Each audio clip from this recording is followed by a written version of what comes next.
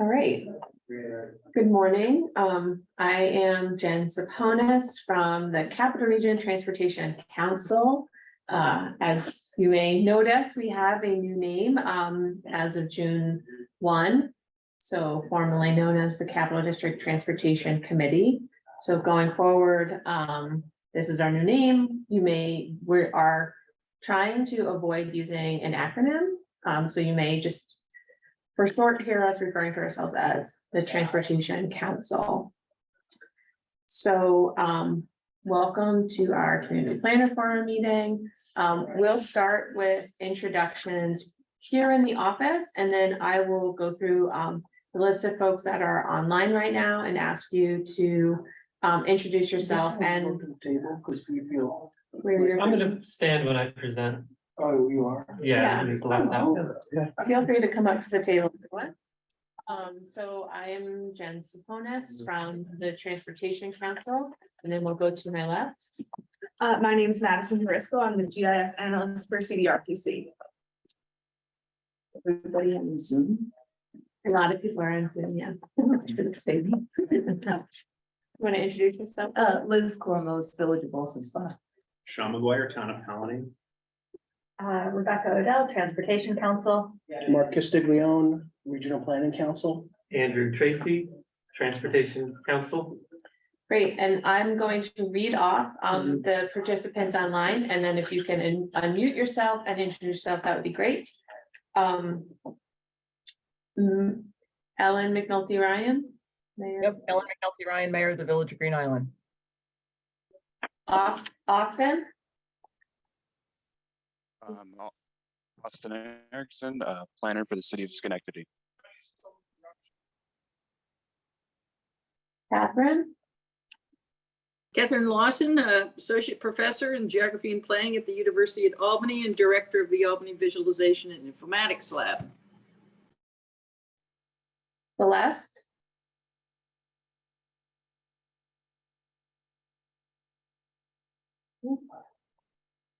Celeste, you're muted. Thanks, Jen. Celeste Harp, Transportation Analyst, Region 1 for DOT. John. John Scavo, Director of Planning, Town of Clifton Park. Kim. Hello, Kim Lambert, Community Development and Planning Specialist from Saratoga County Department of Planning and Economic Development. Kristen. Hi, everybody. Director of Development and Planning for the City of Schenectady. Linda. Linda Vonderheader, Principal Planner in Rensselaer County. And Todd. Todd Cabozzi, Director of Sustainability, CDRPC. Great. Did I miss anyone?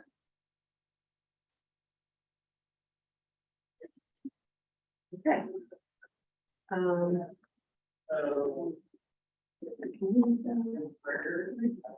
Okay. So just a reminder that this is a hybrid meeting.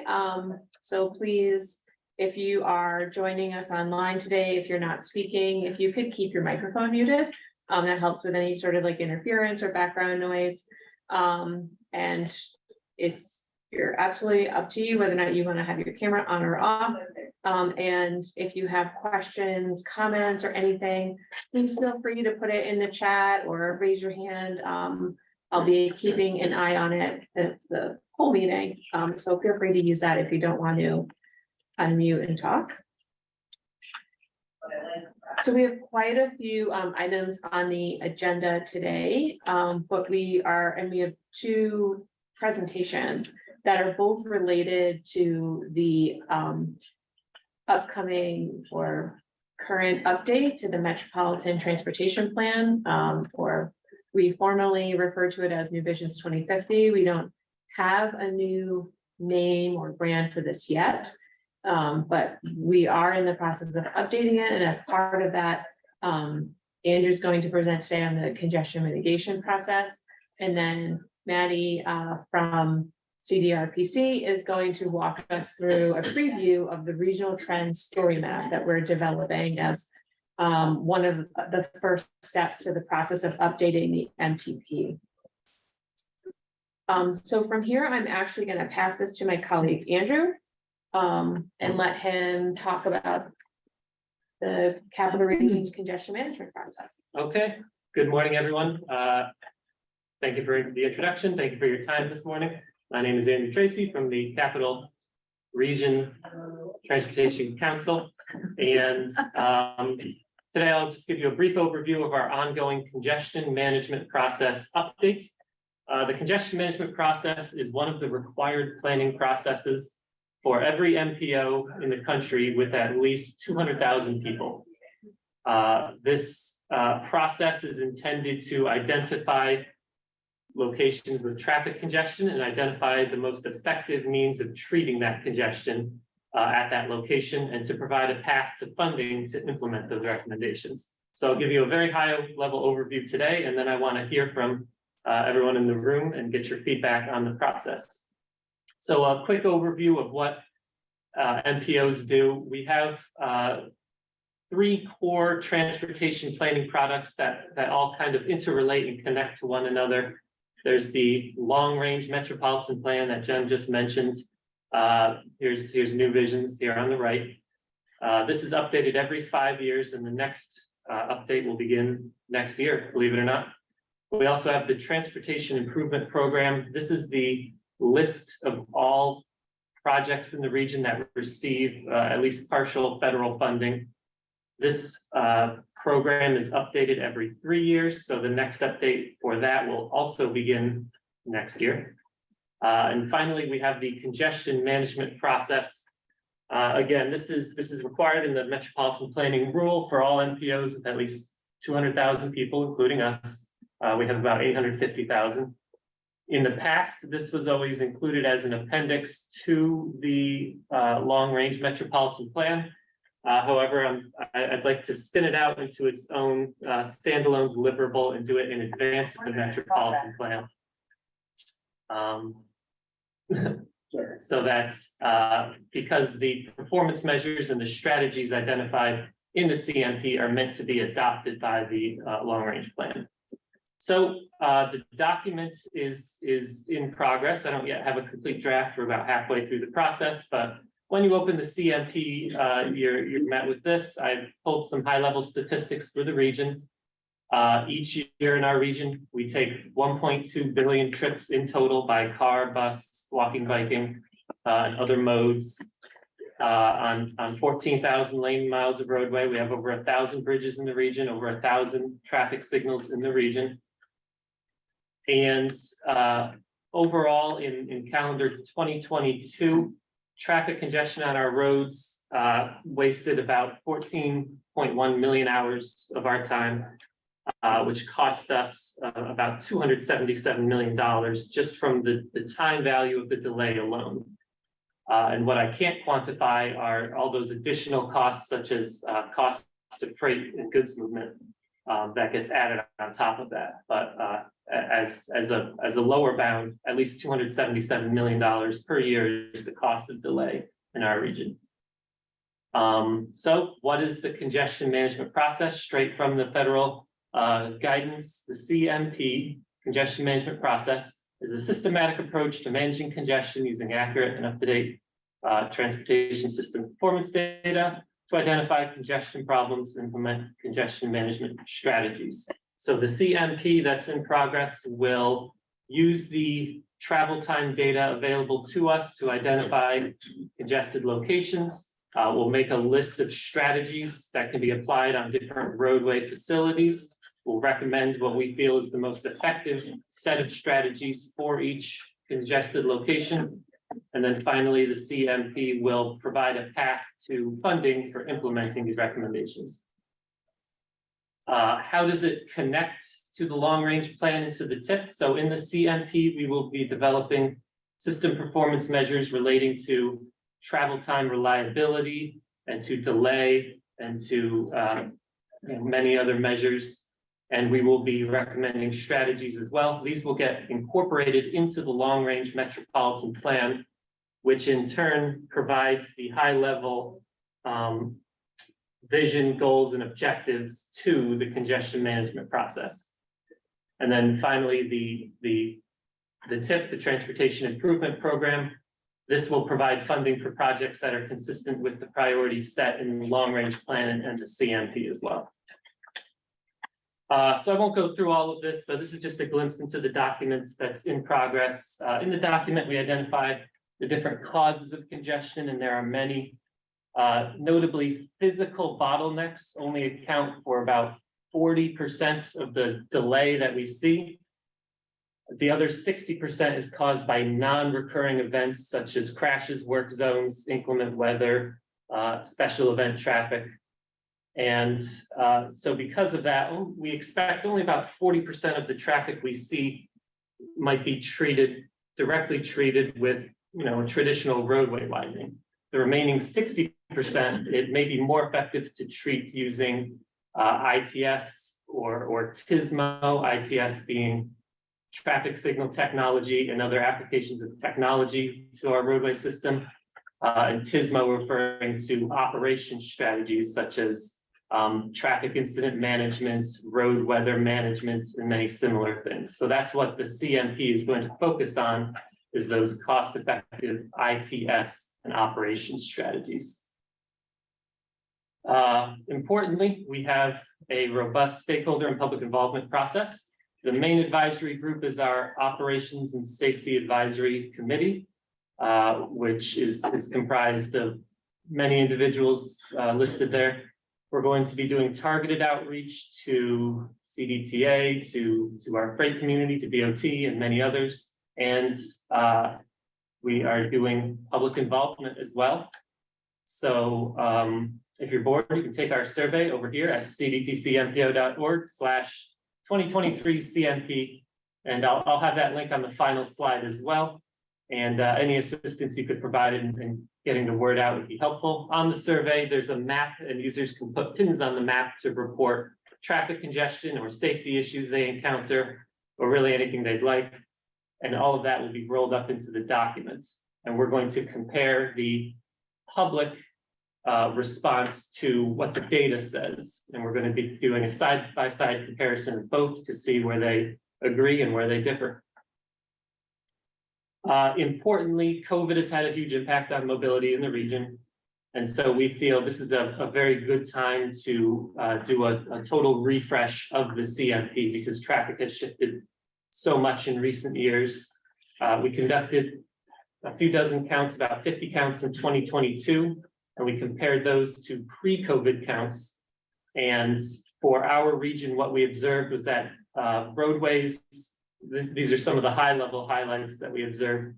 Roadways directly going into office complexes as of 2022 still had 40% less traffic than their pre-COVID baselines. So we think that in many sectors of the economy, tech-heavy sectors, work from home is still lingering. On roads leading into colleges and universities, we still see 12% less traffic. So we think that enrollment may still be low, or that many classes may still be, there may be lingering school from home, remote learning as well. And similarly on our freight priority network, we saw a slight decline in traffic compared to pre-COVID baseline. However, those locations have seen a 30% increase in truck volumes. And we feel this is because of the rise of e-commerce during COVID and many more local delivery services, grocery deliveries and Amazon Prime and all that, and more delivery trucks on our roads. And finally, we observed some peak shaving on many roadways in the region. Rather than the traditional AM rush hour and PM rush hour making the camel humps, what we see today is kind of a plateau that ramps up during the midday and stays high all day, and maybe gets a little higher in the PM. But the shape of the time of day curve is different at many locations now. So we're taking all of this into account in the CMP. Federal Highway wants us to place heavy emphasis on planning for the reliability of travel times, the variation in travel time from one day to the next. If you're gonna make a trip and you know you're gonna run into traffic and you run into traffic every day, you can plan for it and it's not that disruptive. But if you don't know you're gonna run into traffic, that can be much more disruptive. So we have performance measures to look at the variability in travel time from one day to the next and quantify that. And we'll be using that as our main metric for ranking corridors. This is the 8-step congestion management process we'll follow. I won't be going through these steps today, but it's a performance-driven process. We will use multimodal performance measures covering transit, freight, and non-motorized travel as well. We'll be quantifying those for every major roadway in the region. We have 32 corridors identified. And for each of those corridors, we're going to identify and assess the appropriate strategies. So we'll come up with a custom set of recommendations for each major road in the region. To give you a sneak peek at some of the draft data, we pulled the full calendar year of 2022 data. We felt that was a good post-COVID year. And hopefully representative of the traffic that we still see in 2023. Picture on the left is a map of the region showing excessive delay, total number of vehicle hours of delay on each roadway. And you can see the roadways in red. This might be a bit tough to see on the screen. The roadways in red are the most delayed, and you can see some familiar. This is Hoosick Street, Hoosick Road. This is 146 in Clifton Park. Central Ave has a lot of red, and the orange areas also have considerable delay. Pictured on the right is a map of travel time reliability, with the purple segments being those with the least reliability in travel. It's a bit tough to see on the screen, but what we will be doing for the CMP is putting these into an ArcGIS online map so that you can zoom in and move the map around and look at the roads you're interested in. Work in progress. We're looking at each roadway segment and each corridor in the region, and we're calculating performance measures, again, relating to delay and travel time reliability. And we're going to be using those measures to as criteria to select the appropriate congestion mitigation strategies for each location. This is a work in progress. This is my final slide. We want to hear from you, and we want the planner forum to help us provide your feedback, help us get the word out about the survey. So I just left some questions up there to think about, to sort of prompt discussion.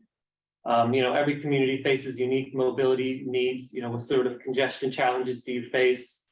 Where does traffic create unsafe conditions? Where does it lead to crashes for both drivers and for non-motorized travelers as well?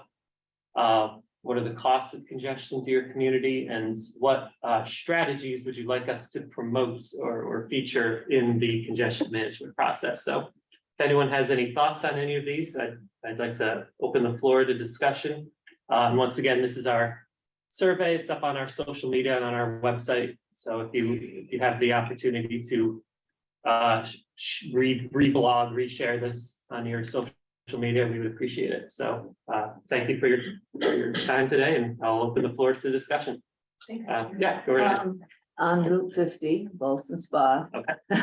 Which is sort of the congestion point on 50. Right. Up until you get to Saratoga Springs. We're currently looking at adding bus shelters where the recommendation is to do a bump out. And there's a lot of discussion, is that going to make the congestion worse? Right.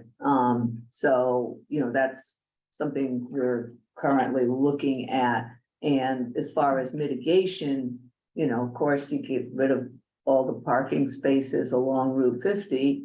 You could create a 2-lane going through, which is not something that I think the folks in Boston Spa would consider favorable, because actually congestion has a positive side to business. So that's something to consider. You don't want people waiting, in traffic a long time, but the highway sort of scenario, zip right through, isn't necessarily good for the economies of places like Boston Spa. I've heard that elsewhere, we look at places that have similar characteristics and, well, for one linkage study I'm working on for Hoosick Road, for example, we say like, well, maybe we can build some little connections to connect RPI up to the Price Chopper or the Walmart on Hoosick Road so the students can go get their groceries. But then, some of the members of the SAC cautioned us like, well, those businesses rely on all the pass by trips. Yeah. That's their lifeblood. But then it becomes very challenging to ever picture what a traffic management solution would look like if we're trying to get as many trips past those businesses In as we can. 25 years ago, we had a comprehensive plan and they were talking about going around the village. Right, Trying to do that to mitigate the traffic. So it's kind of a balance between the interest of drivers right. versus pedestrians and the local economy. It's a balancing act, and I think that's why we'd like to focus on the reliability of the travel time as much as we can. Rather than trying to eliminate the congestion, if we could just shave off those the spikes of unreliable travel time that occur. So a lot of the strategies that we'll be recommending are things like improved traffic signal technology and vehicle sensors, and trying to move platoons of vehicles through the signalized corridors as smoothly as we can. And you can use traffic signal technology to moderate vehicle speed as well. If you have a speeding problem, you can say, well, we'll make the greenway go at 45 miles per hour, and then no one can go faster than that because they'll hit every red light if they do.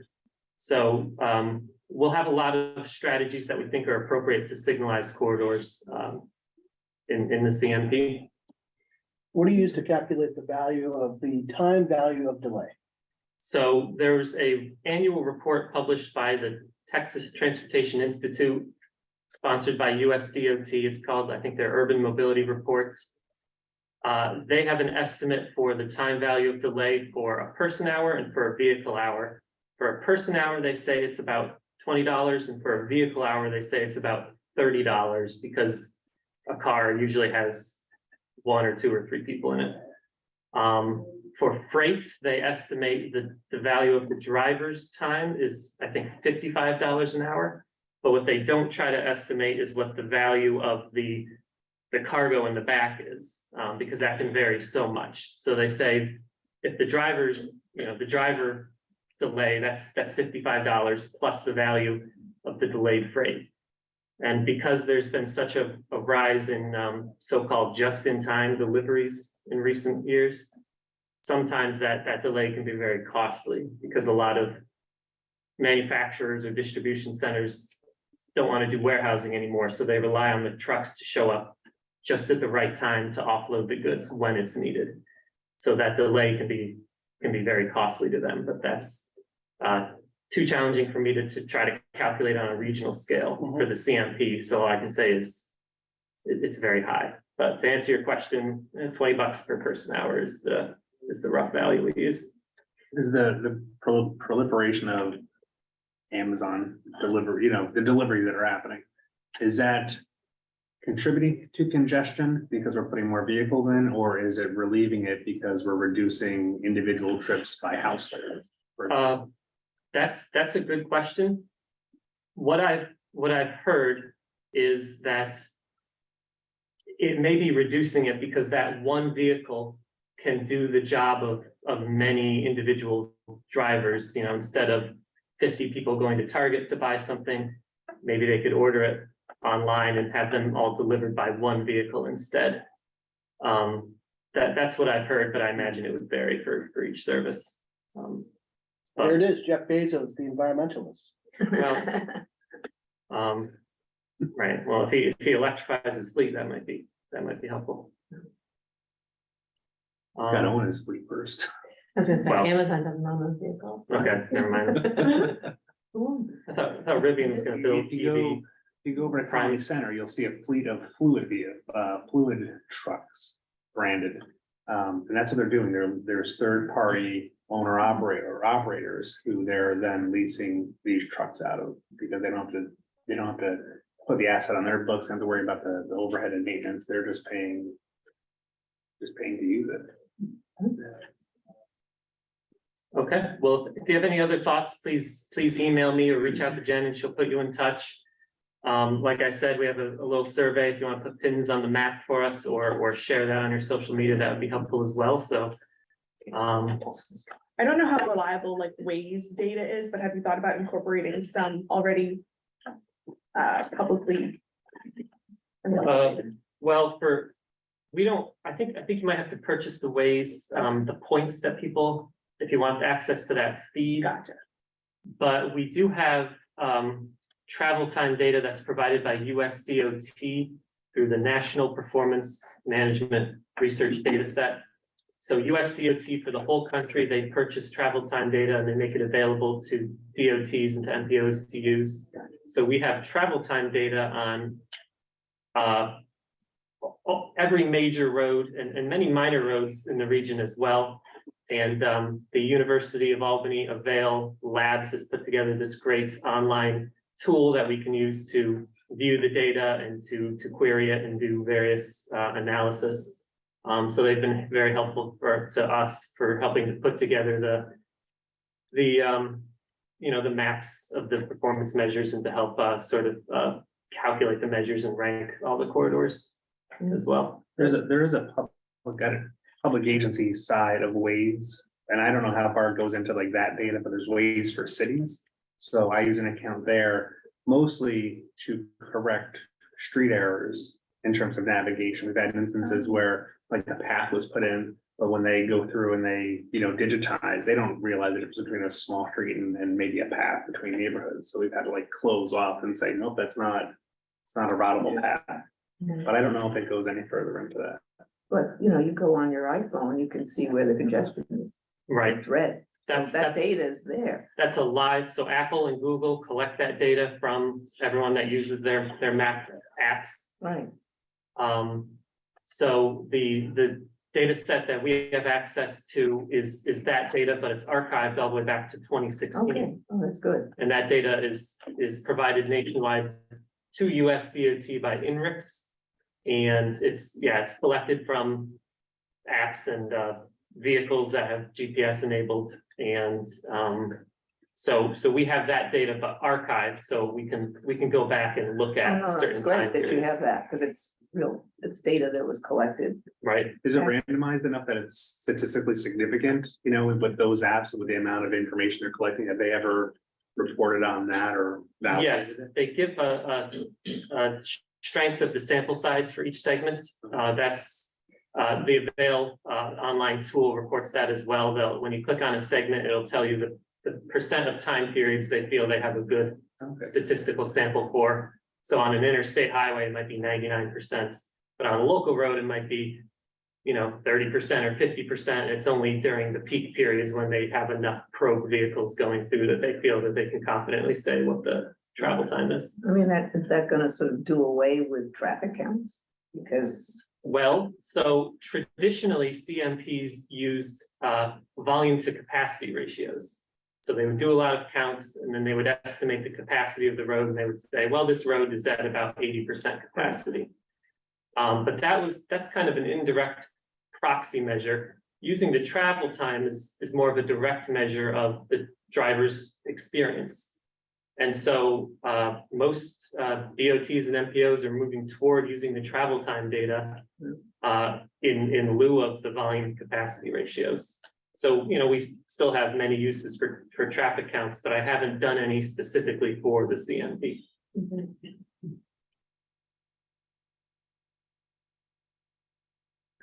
I don't know if you wanted to move on. I think I've taken more than 10 minutes, but. I appreciate it, Andrew. Thank you so much.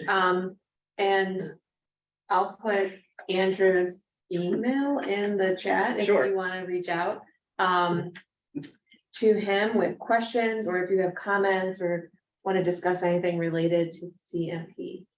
Thank you very much. Thank you. Okay.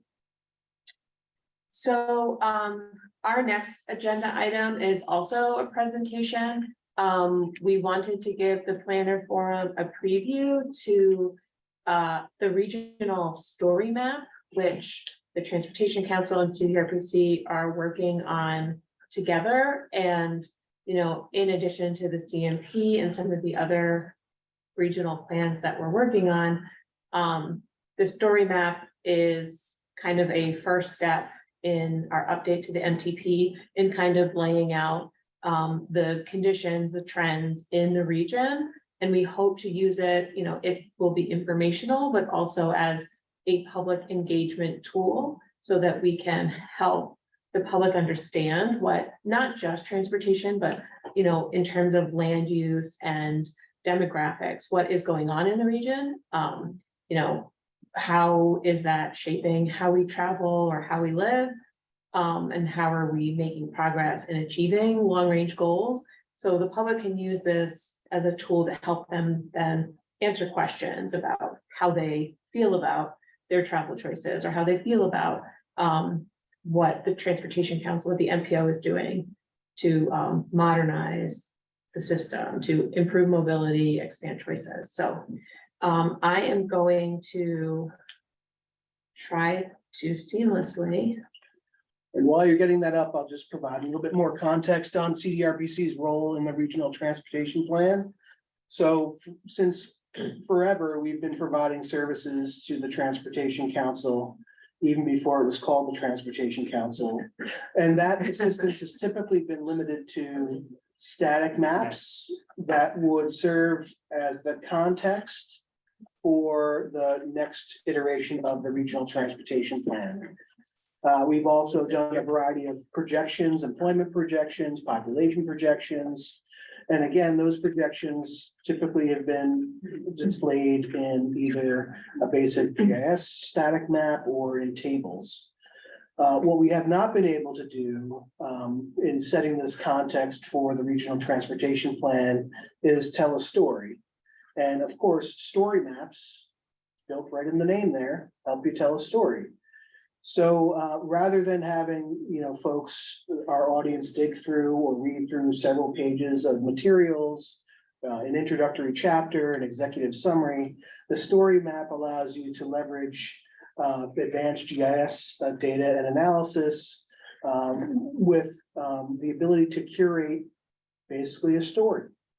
And so to provide a context for a regional planning document, particularly a regional transportation plan, the context, as Jen mentioned, of where we are today, but where we've come from is very important. So we're trying to develop a tool that will be easily digestible for a wide cross-section of stakeholders to sort of level set the conversation about where our region is today and hopefully, you know, provide enough of an emphasis on where we should be heading into the future. And, you know, that's our goal with this document. This is a sort of a first draft. And Maddie's been doing a great job pulling this together. And we're really looking for your feedback and refinement, knowing the stakeholders that you have to deal with. And is this being recorded? Yes. And how dense they sometimes are. So we really want to sort of thread the needle between, you know, more sort of advanced information and displaying it in a way that's easily digestible for a broad cross-section of people, particularly the people that you work with at your planning boards and otherwise. So with that, I'll turn it over to Maddie. Yes, so I've been tasked with putting this together, and I invite Mark and Jen also to kind of comment as I'm scrolling through. I could highlight some features. It'd be great to have some extra narration as well. And again, this is just a draft, a first stab at it, so I invite feedback. So we have our main topics, our headings. If you click on these, it'll bring you to that section, so you can skip around. First, we're talking about history and background of the capital region. Jen has put together a sort of very brief timeline of our transportation infrastructure and our built environment. And I've also included a map. This is not done by me. This is from the Native Land group. And if you scroll in to our region, you're able to click an area and click on an indigenous population, and it'll bring you to a page with more information, just kind of highlighting the land that were here before us. And trying to, I think oftentimes, and, we've kind of, whenever we give like context or background about the region or a place, we kind of start at like, the city of or the town of was established in, this date. So we are acknowledging that, there were people here before us. And a lot of, the names of our towns and rivers and mountains and stuff that we use every day are from, the indigenous people and We native just- nations that lived here. Yeah, we just did the same thing with our new comprehensive plan. We highlighted who were the native populations in our area. So just kind of helps set the scene. Some things in this story map are placeholders, the map on the right. This is just the background of the Transportation Council. I tried to change the name everywhere that I found. And then the member agencies, this is a link to an outside webpage that the Transportation Council hosts. Here we're looking at the change in population from 2010 using the decennial census to 2020. So you can see that that urban sprawl going on. And this kind of forces people to scroll through it to take a look. And then we also have population change from 2010 to 2020 as a graduated symbol. So you can see we're losing population and where we're gaining population. And this too, you can scroll in for a better look at the municipalities. Kind of hard to tell where those like the biggest blue Right. jobs are centered in. Oh, okay. Yeah. Yeah, I'm gonna have to work on scaling the graphics or the symbols for these maps that makes it. So again, first draft, yeah. It just, if I was interacting with it myself, I would probably figure out pretty quickly that I could have just zoomed in. Right. Yeah. And Jen had brought up a great point at our last meeting. I've sort of started to include these little tips, like if people are unfamiliar on how to use the software, you can zoom in for a better look or click here. But you can also peg the scale of the symbol to the scale of the map. Okay. Yeah. This is coming from CDRPC's Tableau, also interactive. So this is an embedded feature that I'm honestly not sure who put together, looking at migration within the state.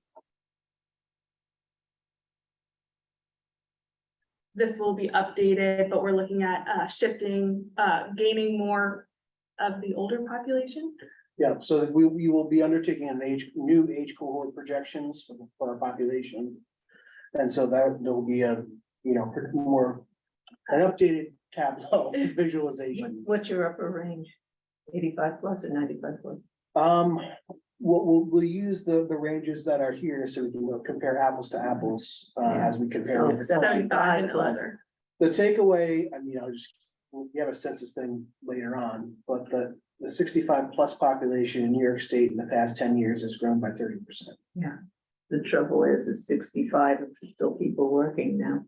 It's not the same as, Well, it ain't France. no, no. And I'm working to put together a map of the 60 plus population and to visualize how it's grown and where it's grown. And that's a significant, thing that I think will be addressed in the transportation plan, because servicing a population that primarily wants to age in place in the suburbs is going to be a significant transportation issue or service. But provision issue. again, using 60 plus or 65 no longer tells you who needs services.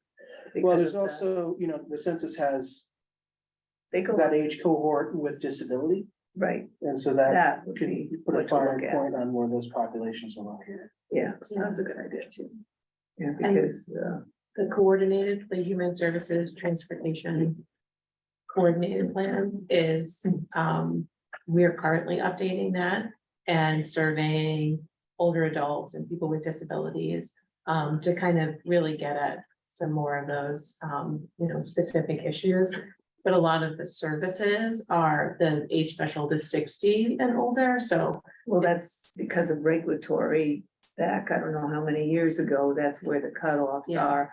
But it doesn't take into account the fact that, we're living We're longer, living healthier. longer, yeah. My mother is 100 years old and now she's in a nursing home, but she wasn't 2 years ago. So that tells you, you know, how things have changed. And I think even the census is now collecting 95 plus data.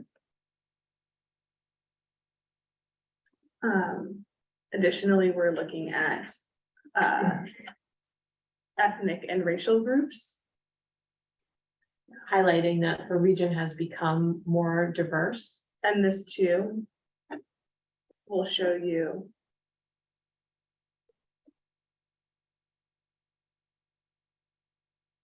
some more information, and then there's also a pie chart at the end. So each census tract has that information. So, you know, we're trying to reconcile the things that more advanced users will want to get out of this and with the more casual users. So a casual user can just continue to scroll through this, but a more advanced user can dive deeper into the visualization. Right. Folks like me want the numbers. Maddie did like an excellent job creating like these maps that you can interact with, and a lot of them using different ways that you can interact, whether it's like the slide or the, you know, so I think that it makes it a lot more interesting to engage with as it moves along. It's cool. I'm on the New York Times website. That, I'm glad you said that. Mark always talks about the New York Times website. This is single family parcels by decade, so this is a great tool to see sprawl as well. And this is based on a map series that Todd had done and has used for many years in his presentations. I'm sorry, you said, what is it? Single family parcel, Okay, the parcel. a dot density map of those. So each parcel on which a single family home was built gets a dot. Shouldn't that be under land use for people? Are we under people? We're still Yeah. under people, yeah. Maybe. Yeah, that is really more land use. Well, again, there are a lot of these questions in the story map, and this is a good conversation.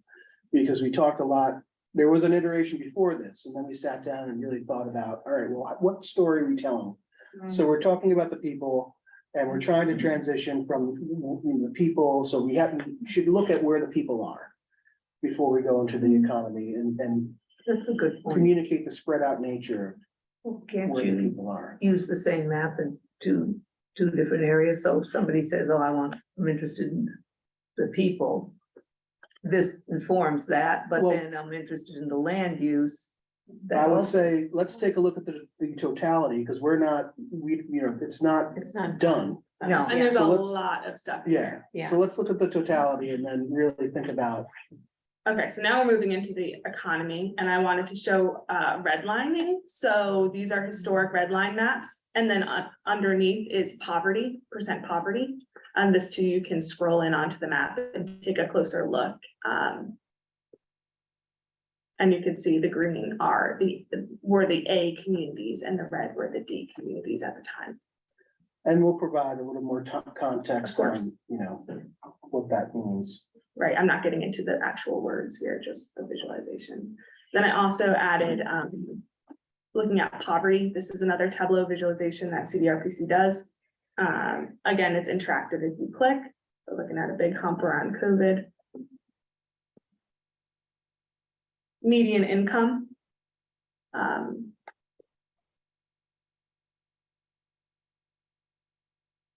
What about the accuracy of the latest census? Is that an issue at all for you guys? We're still gonna use the data. Yeah, no, I mean, you don't have any other data, but We're not gonna editorialize on the accuracy of the 2020 census. The land use map here.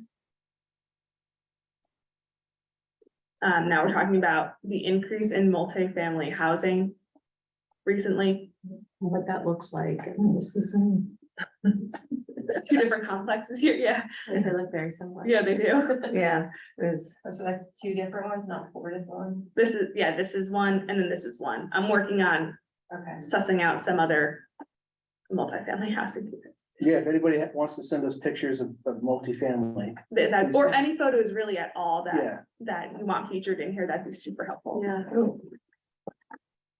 This map will be changed. This is just trying to highlight multifamily housing, but that will be different. Does anybody have an idea about how to better highlight Hmm. the expansion of multifamily housing on the region, or the change over time of multifamily housing Well, you in a can visualization? do a map of, Can you do a map, a time series like you did with single family? yeah, do that Well- of the, I'm not sure if we have the time series, so we have building permit data, which we can. And Todd has pointed out previously that sometimes since multifamily is classified as commercial properties, the record keeping at the local level is not always as Yeah. accurate as the single family residential. So getting that information is a little bit more difficult. So for multifamily, we do have a robust data set about building permits. Building permits are a leading indicator because it doesn't mean that just because you have a permit that the structure is going to be built. But certainly we can show the increase in issuance of multifamily. building permits. Maybe, What about certificates of occupancy? Is that something, are those records that you can? It's not as easily as attainable as Yeah. the building permit stuff. maybe in the RPS data, using the 3-digit code for the land use classification. Mhm. So the commercial look in the 400s and the residential is gonna be in the 200s. So I think that the multifamily showing up in commercial, you should capture it as a commercial RPS code. And then maybe doing a sort of that slider before and after to show. Because we really want to communicate that multifamily is not just being constructed in the cities where there's transit. Yeah. oh, no, So that- Yeah. yeah, Yeah. it's everywhere.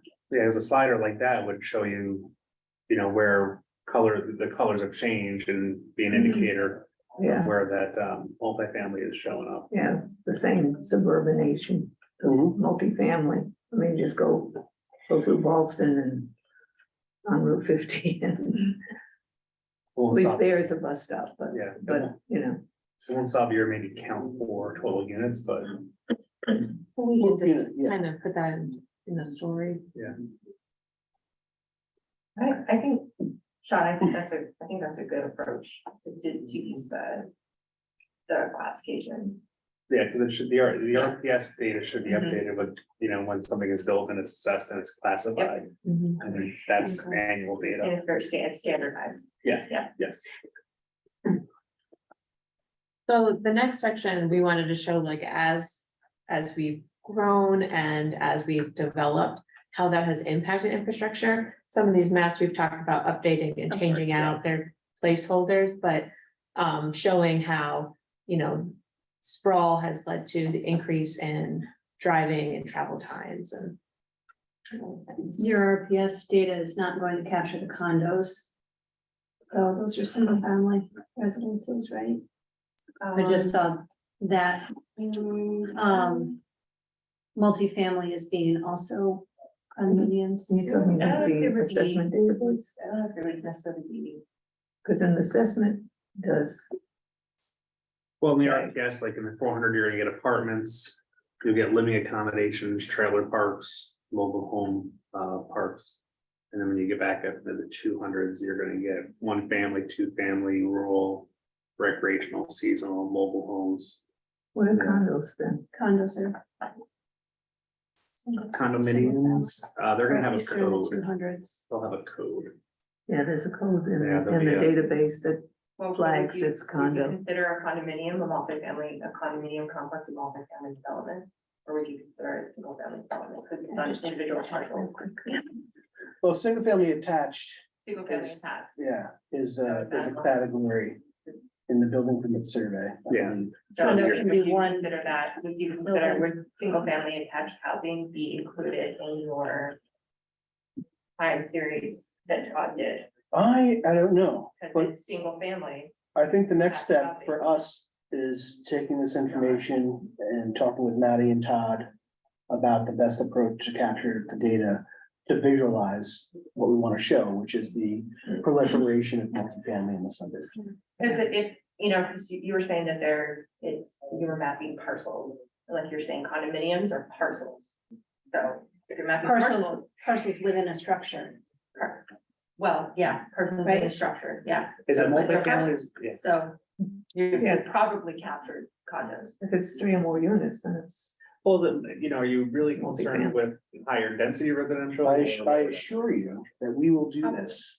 Yeah. We'll do this work. We have to do it right now. Yeah, I I mean, that's appreciate- really what it gets to. No, Appreciate the just to feedback. make That's sure really what it you gets to is that like, you know, capture like, condos. what's the customer Yeah, really we'll trying to capture get, it. That's a good- Yeah, yeah. Yeah, because, Really trying to Mark's get right, they to can slug it out next door. yeah, Oh, Catherine Lawson had a comment. Yeah, just something else that this region has to think about, and that is we are now having the large 700, 800 to $1 million houses being built on the periphery. And although those are designated as single family housing, if the market doesn't support a resale, those could turn into multifamily. And if there isn't strict enforcement, then you're going to have traffic.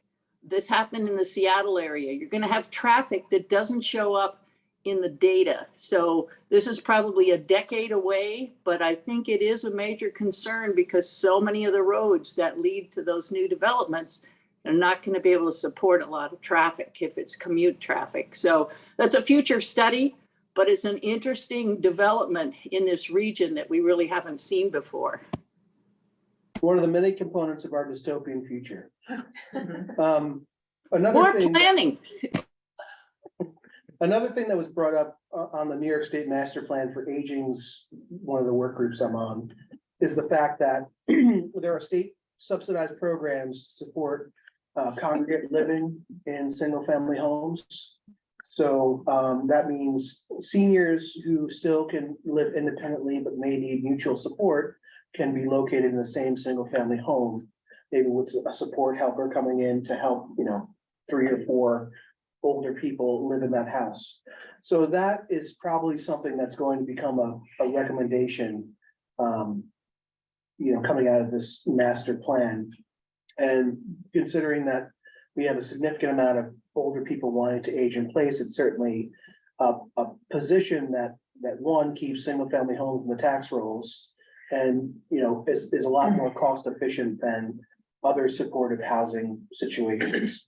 So I think it's going to be a popular solution to facilitating people aging in place, and it has similar impacts that Dr. Lawson's. well, the ADU, accessory dwelling unit, and I mean, we almost had a law passed to override local control. Yep. And that's not having multiple people living, a home, it's adding one more unit to a single family zone area.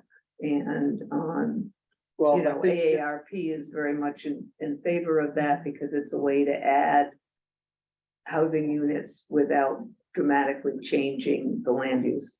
correct. And, planners are as well. I mean, it's an efficient way to add quote unquote affordable housing. Right. I think if the state is smart or the legislature, they will just repackage the housing compact law as grandma's law, Right, because where are we gonna put grandma? right. Anyway, Yeah. anywho, We have a couple more sections to get through. Okay, but this is more of heavy draft material coming down here. So highlighting the extent of our infrastructure, similar to what Andrew just did in the CMP, how many lane miles and bridges and lanes of bus routes. This is the development of new roadways. Again, you can zoom in, this is kind of on a super fine scale, but all these red roads are new roads. Since when? I didn't put this. Let's see. so this is another one that's kind of challenging Yeah. in terms of scale to communicate really what we want to communicate. Sorry, use and swing. Yeah, I'm gonna have to go back in the metadata for that one. This one was my predecessor put together. No, I think, didn't Todd do this? Yeah. Time put together this map, but we'll label. This is just simply an overlay of 2 different years of road files from the state. And so in some instances, what you're seeing here is not new roads because they're just simply were mapped in a more recent iteration. But for the most part, it is a good indicator of new roads. I mean, so in other words, at UAlbany or some other places where they filled in some of those interior roads, that's what you're seeing there. But this is just simply taking 2 different years of the state's road files, which they update quarterly, a decade apart, as an indicator of where, and I think it's pretty accurate, an indicator of new roads in most places. But just use with a grain of salt, I suppose, when it's like a trail or something, or interior roads that just were better mapping was done. And that's why when you zoom in really close, the same road sometimes looks like it's a little off, and that's just because the accuracy was improved also over time. So, I mean, the thing that we really want to highlight with this map is sort of all the roads that are being built where there's no infrastructure. So I'm not sure how best to do that, whether we just set the map at one of the lollipops up in Malta, or, you know, it's something that we need to think about how to do, because this is a very big piece of data. Right, and is it But yeah, necessary? and then there's the relationship between new infrastructure. I mean, I worked for a developer a long time ago.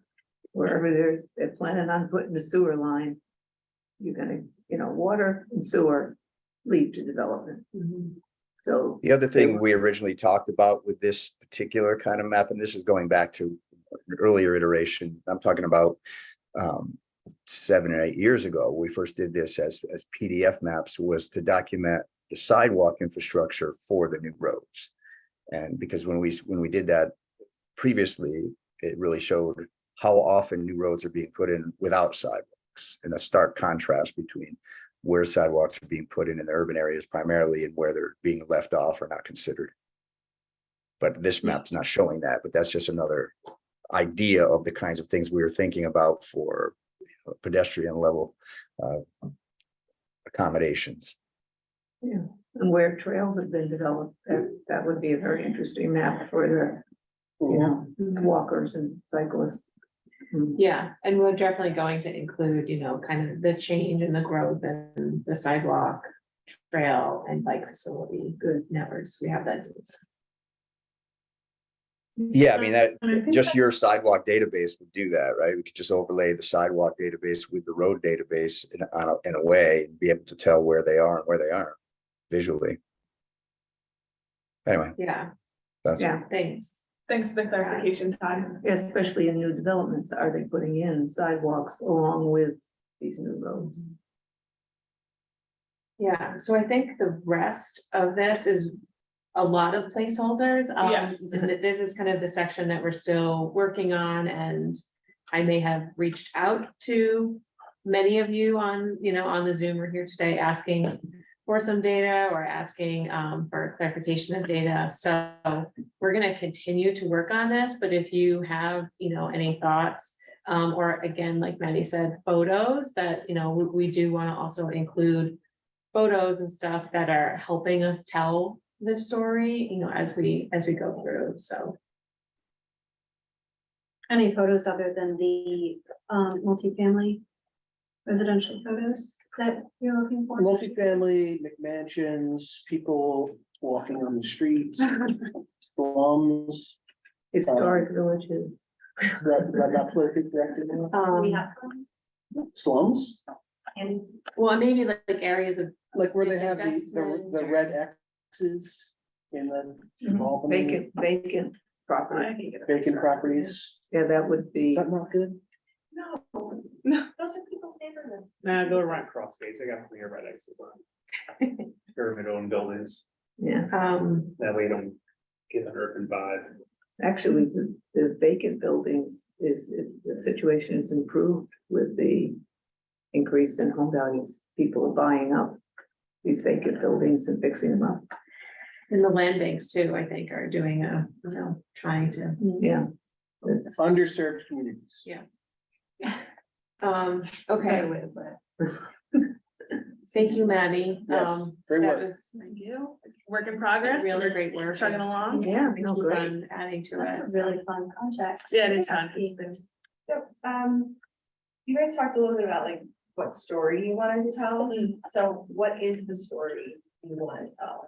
So the through line is really that our region has been sprawling. There's been historic disinvestment in terms of economic disinvestment and people disinvestment in our inner cities. There is no overriding, I think, policy to encourage additional growth in the cities or in areas where there is existing infrastructure. And what does it mean for our region if we choose to continue along the same path? And what are the other alternative paths that we could pursue? This is exactly the process that CDRPC went through in 1975 when we developed our first regional plan and developed 3 scenarios. No control, medium control, and significant control. And what happened? Nothing. Yeah. So, It was never even really published as a plan. It was. Well, nothing. No, but what happened was that Yeah. scenario was wrong. Continued sprawl. Right. That was the choice. So continued sprawl, but then overlaid on all the new factors that are coming in.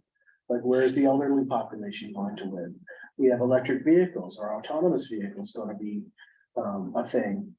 How does? Yes, Who are we telling this story to, and like, how would we want them to act after learning this information? so I think our audience is basically twofold. The people around this table who are people around this table, and the people that we work for, right? So our boards and our elected officials, and then also the general public. To understand, because if we want to truly have this regional plan mean anything, there needs to be actionable things that communities and governments can do to implement the recommendations of this plan. And this, I think, tool should be considered sort of like the first element in giving those elected officials the language that they need to support the policy positions that we're asking them to take. And also the support that they need to communicate these values and policy positions to their constituents. So it's really trying to play both sides of it, giving the elected officials the information that they need, and then also the language that they need to communicate to their constituents, and then a tool that the constituents can tap into to understand a little bit better for themselves. See, I'm worried about telling a story that starts off negative, sprawling. That's because you're an economic developer, Sean. Well. Well, I think- Well, no, so but here's the thing, right? And I've said this in my classes, and some of you that know me have heard me say this before. This region has 4 cities that has followed a concentric model of development. Like we've all learned in planning school, those of us that went to planning school, they're planning adjacent. It has followed that concentric urban model. Except for the fact that we have 4 cities that create this Venn diagram effect along the 87 corridor. Because that's where all the development recentered into Colony, into Hathaway, into Clifton Park, along that spine. That's, where, when we talk about urban sprawl, we're actually talking about, that's where the convergence of all this concentric urban development came together, is in those areas. I mean, are there some of those other developments in, the hill towns, and you get outside of sort of that diagram, that diamond of the 4 cities? Sure, but I think I think you have to acknowledge that, the cities developed as cities always develop, they, radiating outwards. Except there was this pull of gravity in the center of the region because of the influence of those 4 cities. Yeah, so I think that I'm going back to, what the story is and, whether it's negative or positive. I mean, I also kind of went into this thinking like, we don't want to tell a negative story because, I think that as a region, we've, given that we aren't a really, rapidly growing region, we're changing region, we have still made a lot of progress in doing things like developing a trail network, and in the last decade or so, really making progress in, bike ped development, complete streets, and we're incrementally moving towards more like safety and other things. And I want to tell a positive story, but I also want people to realize like how, it wasn't just naturally that this is how the region developed, but like past policies encouraged different, some of these Even the developments. city's past policies, I mean, we hadn't had a chance to read Grondal's article in the Times Union about the 40th anniversary of Mayor Corning's death in Albany.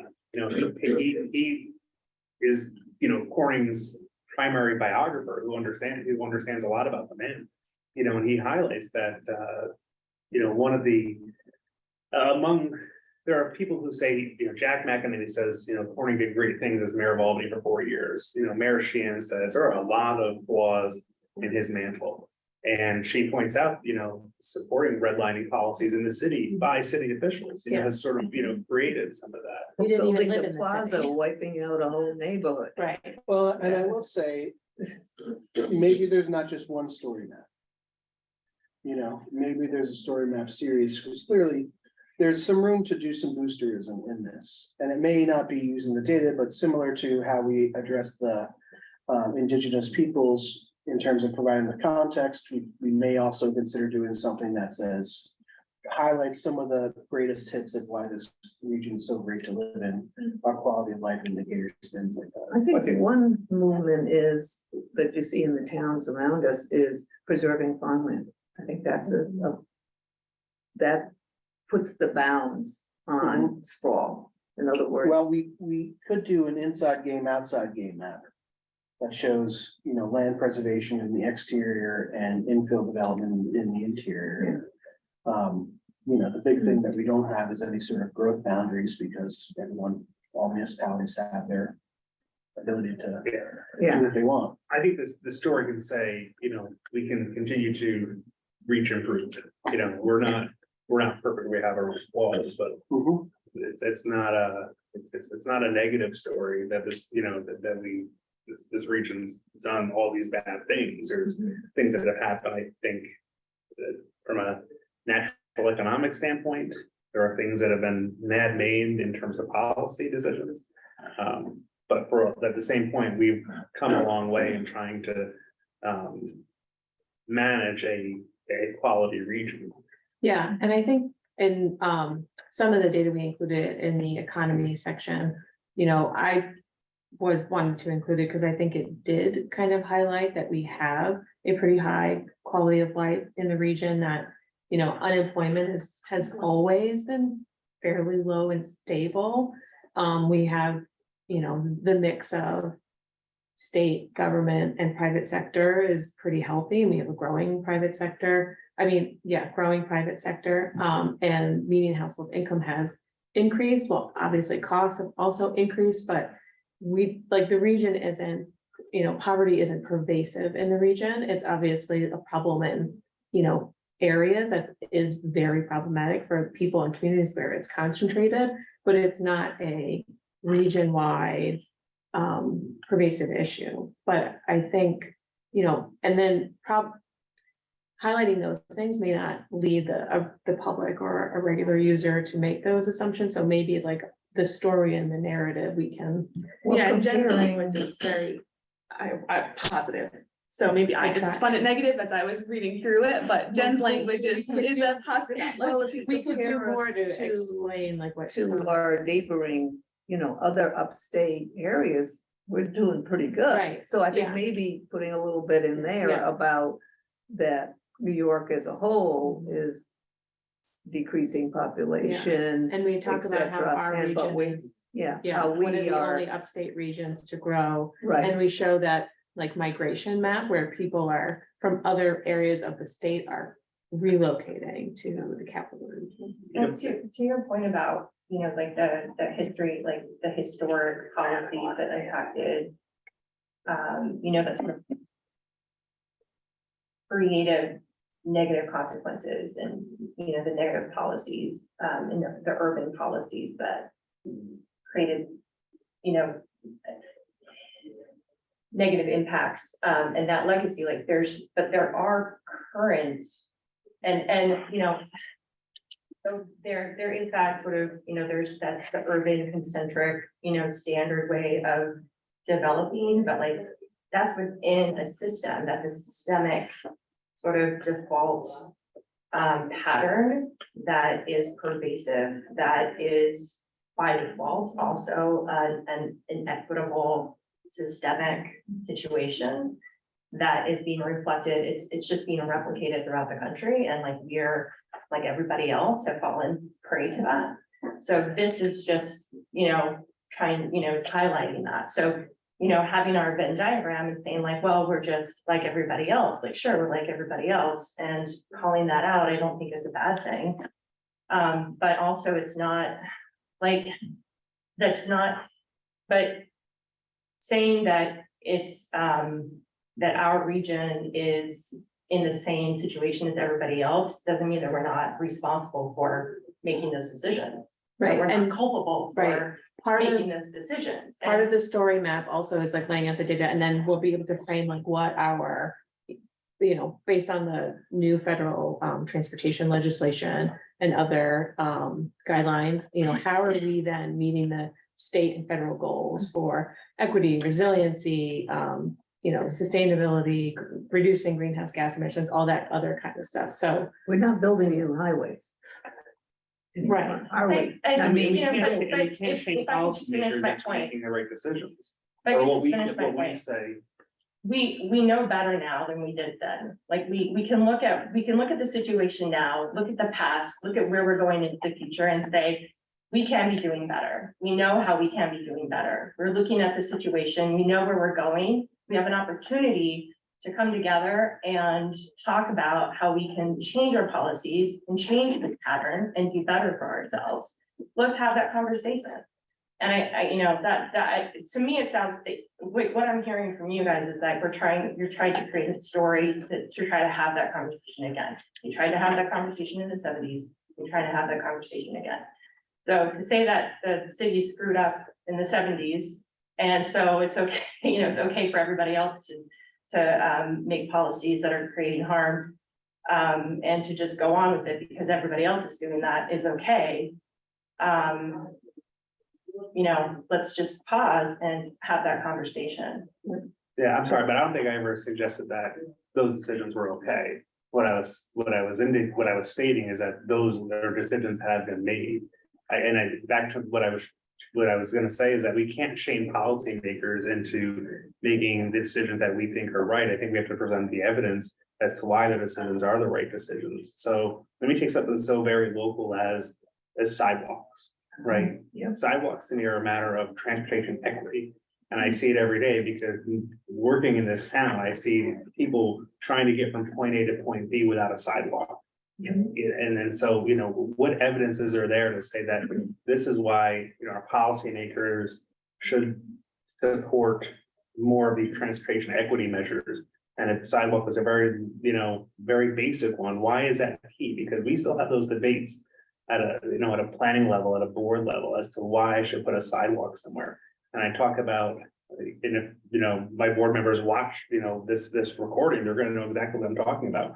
Because, you know, we have that debate over a stretch of 100 feet of sidewalk where board members say, we don't need a sidewalk there. And it's like, but we do. It might extend the network another 100 feet. And it provides another 100 feet of transportation equity to an individual who has to get from the bus stop or whatever point they're moving from point A to point B to point B, you know, in a fair way, in a safe manner, just like any of us who can get behind the wheel and drive a car. Yeah, So I think we're that's- currently in that discussion in the village.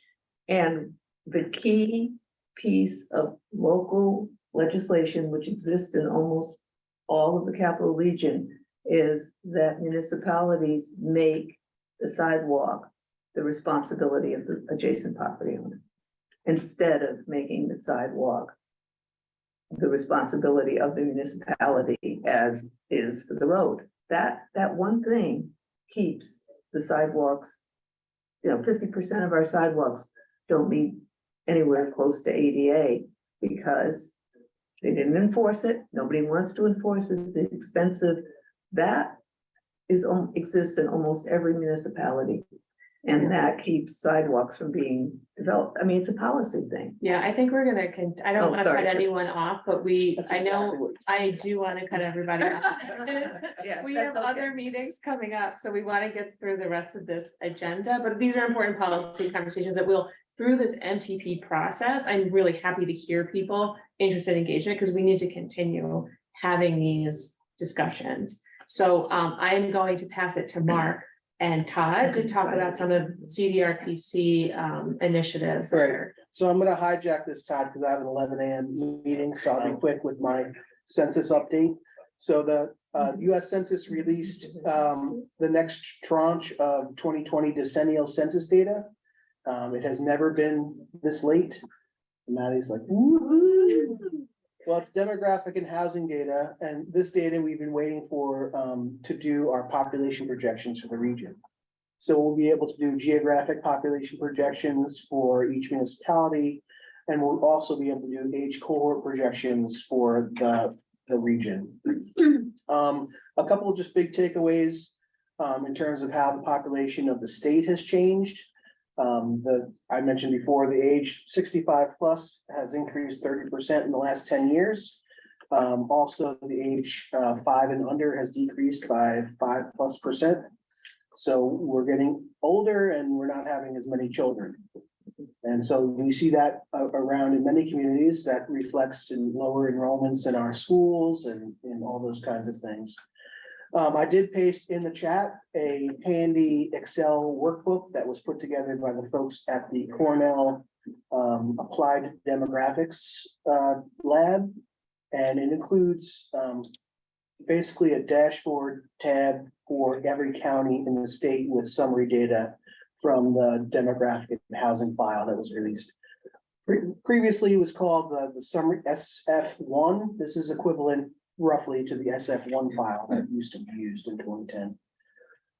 We will be proceeding with our population projections.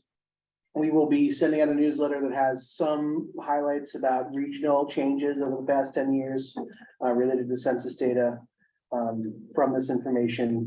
We'll also be reaching out as we dive into our population projections, particularly the geographic population projections, to local planners. We do use a statistical analysis regression model to project the population. However, we have adjustments in there. And we typically reach out to some local planners to help us adjust some areas where they think that there's going to be additional development.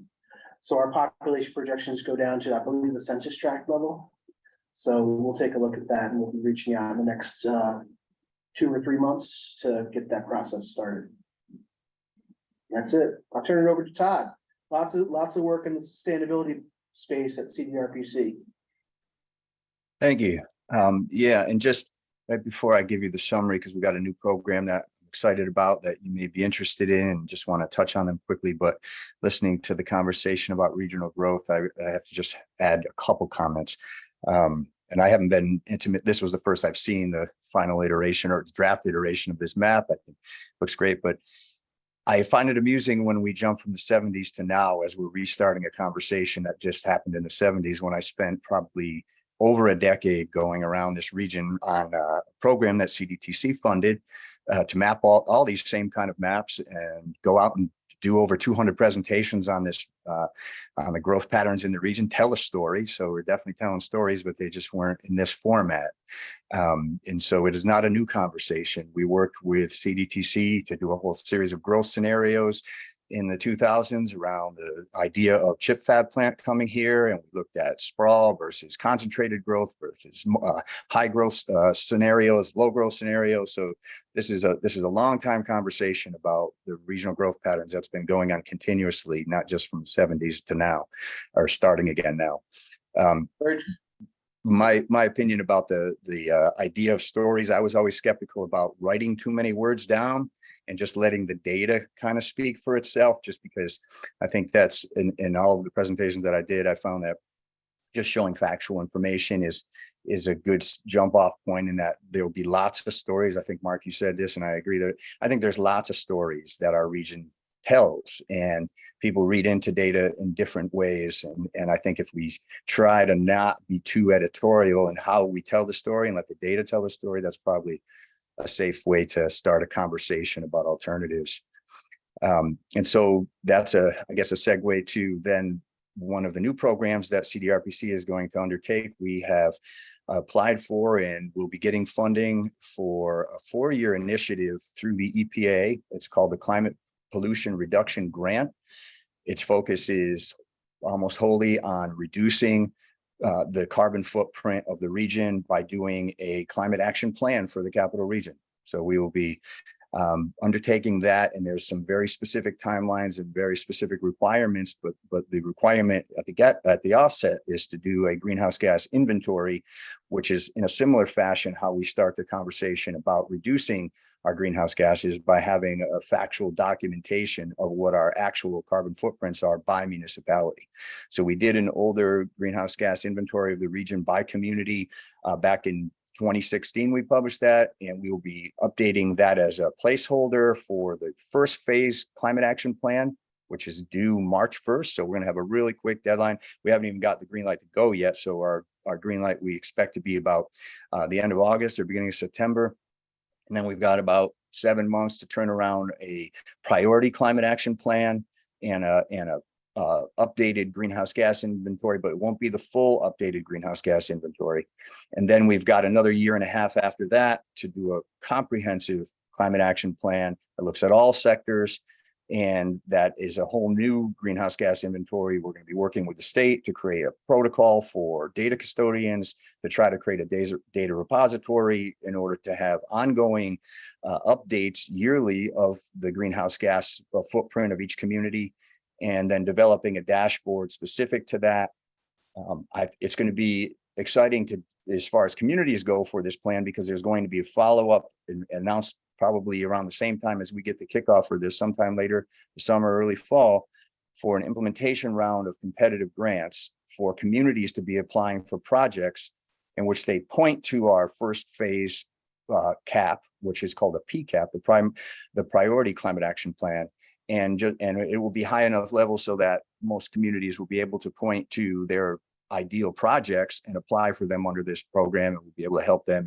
We expect it to be match free. We haven't seen the details of it, but it's going to be an opportunity, particularly with communities that we're working with on a current program now, our Climate Smart Community Outreach Coordinator program, in which we are doing greenhouse gas inventories of local government operations, one community at a time, and then identifying ways to cut the carbon footprint of the municipal operations in your fleets, your buildings.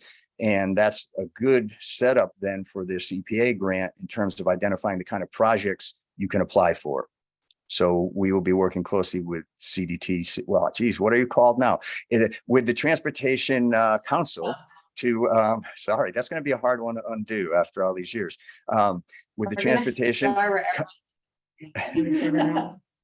The Transportation Council to try to dovetail the updates to the planning that we heard about earlier with what we're looking at in the transportation sector. We're going to be working with the Affordable Housing Partnership and their coalition of subcontractors that are part of NYSERDA's Clean Energy Hub. We're going to be doing a lot of outreach on this and developing the plan. So if anybody, we will be reaching out to communities for your input, and continuing to work with you as we do now with the Clean Energy Community Program from NYSERDA and the Climate Smart Community Program from DEC, both of which will run simultaneous to the CPA grant, and looking for your input. So contact me if you have any information. And for the communities who supported us, provided a support letter for us, thanks a lot for that. And we'll be reaching out to you for your input. Thanks, Todd. Just a couple of things. Save the date, last 2 Fridays in October. One of those will be our in-person planning and zoning workshop in partnership with the New York Planning Federation this year. And also we are exploring purchasing some data on short-term rentals. Do people have a general interest in wanting information about short-term rentals, the numbers of short-term rentals in the municipality, the number of bedrooms? That's been brought up. No, you don't? Also, the acquisition of single-family homes for rental is a big trend in real estate. I mean, there's now, I get a lot of real estate press and material, and it's a whole segment of the market now is to build actually for rental. Right. Well, it's more profitable than renting to a tenant. But yeah, I mean, it's an emerging issue, not emerging, but it's an issue that many municipalities are facing. And if municipalities want to create some sort of permitting system, getting a handle on the number of STRs you have in your community, assessing the economic activity generated by those short-term rentals may be something that would be helpful. So we're looking into it. It costs 19 grand a year. So there might be some transportation impacts in terms of people going to what were supposed to be single-family homes, but now serve as rentals. But I have to raise a little money to get that, to buy the data. So more to come on that. Great. So there's a few more agenda items, which I'm gonna go through really quickly, but all the details will be in the meeting notes, and I will make sure the presentation is shared with everybody. Because Mark has a meeting at 11, and then Freeman and I both have meetings on all of it. So just some transportation council updates related to the MTP, which I won't go into depth on because we just talked about it. Some new policies we're developing. We are updating the coordinated human services transportation plan. There is a survey out for older adults and people with disabilities, and we would love it if you could help us promote that survey. And the planning study status spreadsheet will go to everybody, so I will go through that. And just a reminder that our joint technical assistance program at CDRPC is open. So we talked about the MTP, but just to give folks kind of an idea of what's going on, there's a lot of big long-range planning initiatives going on right now that need to be coordinated at DOT, at CDTA, and here at the Transportation Council. We've talked about project coordination. So we're going to try to avoid repeating ourselves or going to the same public with the same questions. And so we don't exhaust people constantly asking them about their transportation experiences or their opinions about transportation policy and investment. So yeah, this is kind of all of the things that are going on right now between these three agencies. We're doing a lot, and it's good, all good stuff, but it is a lot, and we are coordinating to the best of our ability. CDTC is in the process of developing a complete streets policy that will be used to evaluate projects and things for funding. And we've talked about this at the last meeting, but we are also in the process of moving towards developing an equity policy. There is a survey out right now for the coordinated human services transportation plan. You can find the information on our website, but there is this jot form survey, and I'd be happy to, we'll provide the link in the notes, and if anyone has any groups or agencies that they think might be helpful in promoting the survey that they could share it with, that would be great. And it's posting at the end of the month. At the end of June, yep. A reminder that the technical assistance program is still open. We are closing it earlier this year than we usually do. So if you have a request, it needs to be submitted by the end of September so that we have enough time to develop the scope and complete it by the end of our fiscal year at the end of March. So if you have a technical assistance proposal, please email techassist@cdrbc.org or give us a call and we'll set up a meeting to discuss the scope. Some updates to the bipartisan infrastructure law. So the Safe Streets for All grant program, it was reopened. It's open through July 10th. The Protect program, we expect it to open, well, late spring. And, but we just recently found out this is only going to apply to state projects. The Reconnecting Communities program and Neighborhood Access and Equity Grant program is expected to open very, very soon. And the state is currently developing a carbon reduction plan as part of this carbon reduction program that's due to federal highways, I believe, in September. And then the SMART grants program. So that's kind of like our smart cities and evolving technologies expected to open in August. And I really wanted to remind you about that technical assistance program because I have 2 slides about it. We have a number of ongoing community planning initiatives, and all of the status of all these initiatives is in the status table that was attached to the agenda, and it will be in the notes. Upcoming training and workshops. So the New York Planning Federation has training school in September in Sand Lake. We'll have a link to that if you're interested. The Upstate APA mini conferences in September in Syracuse. And then the Cornell Local Roads program has several workshops that will be here in our region and then also virtual over the next several months that you can register for. And then two big public meeting stakeholder engagement opportunities related to big regional projects. The Reimagine 787 open house is Tuesday, June 27th at the MVP Arena in Albany. If you would like to help promote this, you know, we have a PDF of the flyer. We'll be posting on social media. And then the airport master plan public meeting is next Thursday at the Clough Harbor offices in Colony. And you can see the draft materials at all-master-plan.com. So with that, I'm sorry to rush through the last bit of that, but I really am thankful that we were able to have start the conversation about kind of these big regional policy issues and where they're going, and we'll continue to have those. Our next meeting is scheduled for September 21st and then December 21st. I know there have been some requests to like have some offsite meetings, maybe visit something. So I'm going to try, you know, to work that into our schedule, maybe something for December. So if you have any projects or interesting things going on in your community that you think would make a good space for a community planner forum, like visit and meeting, please let me know. And thank you so much, everyone. Thanks, Jen. Thank you to everyone who joined us online. In the code or on your website outside, In terms of maintenance, in terms of anything. oh, I don't know.